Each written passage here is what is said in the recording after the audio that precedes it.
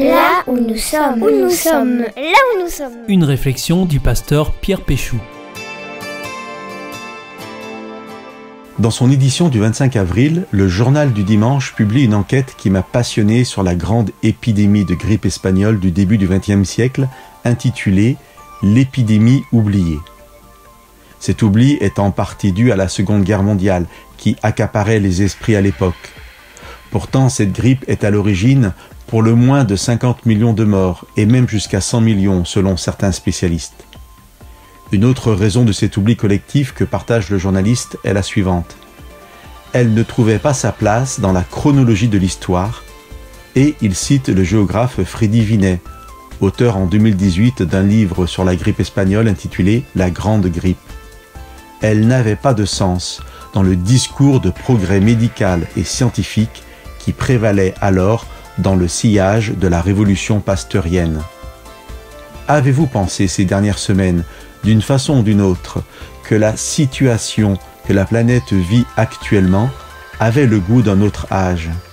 Que dans notre société moderne, civilisée, instruite, une telle pandémie ne pouvait appartenir qu'au Moyen-Âge ou pour le moins au siècle dernier? Qu'elle n'avait pas de sens dans notre discours de progrès scientifique? Pour ma part, il y avait cette idée latente que nos pays industrialisés étaient à l'abri de ce genre de catastrophe sanitaire. Que je ne connaisse pas une épidémie de peste de 1720 passe, mais que je pense que l'épidémie de grippe de 1918 soit pour la France de la préhistoire m'interroge. Nous devons connaître l'histoire et apprendre d'elle. L'apôtre Paul, en parlant des histoires millénaires que le peuple de Dieu a vécues et que la Bible a gardées en mémoire, dira que tout cela a été écrit pour nous avertir, nous sur qui la fin des temps est arrivée. Ainsi donc, que celui qui pense être debout prenne garde de tomber.